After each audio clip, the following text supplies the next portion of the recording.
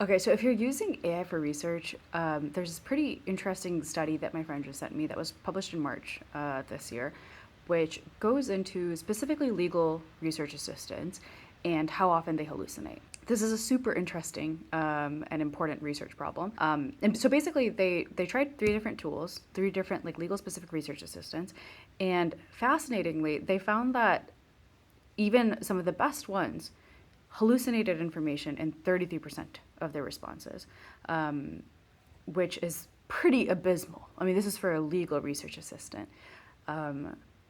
Imagine how embarrassing it would be when you're submitting a legal brief and you're saying that this case law supports such and such claim that it just straight up doesn't support. Yeah, that's kind of horrifying.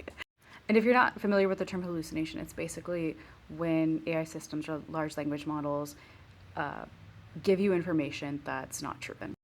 So this might be a little bit more common in retrieval augmented generation systems that aren't forced to give grounded citations.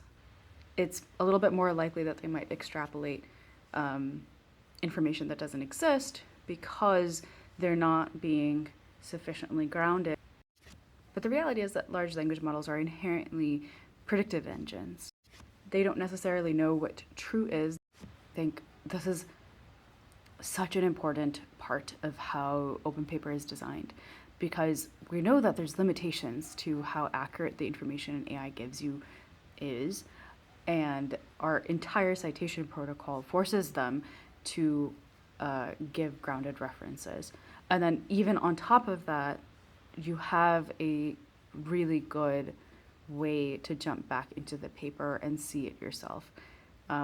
So all in all, the entire harness really reduces the probability that this type of event, this type of hallucination can happen in the research context when you're using this specific product.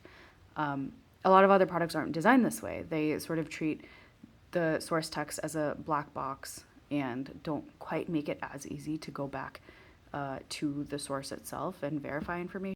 So yeah, I thought it was a super interesting paper. I'll share a link to it in at the comment of this video. So let me know if you have thoughts on this overall, or what you found works well for you, or generally what your philosophy is around using AI for research.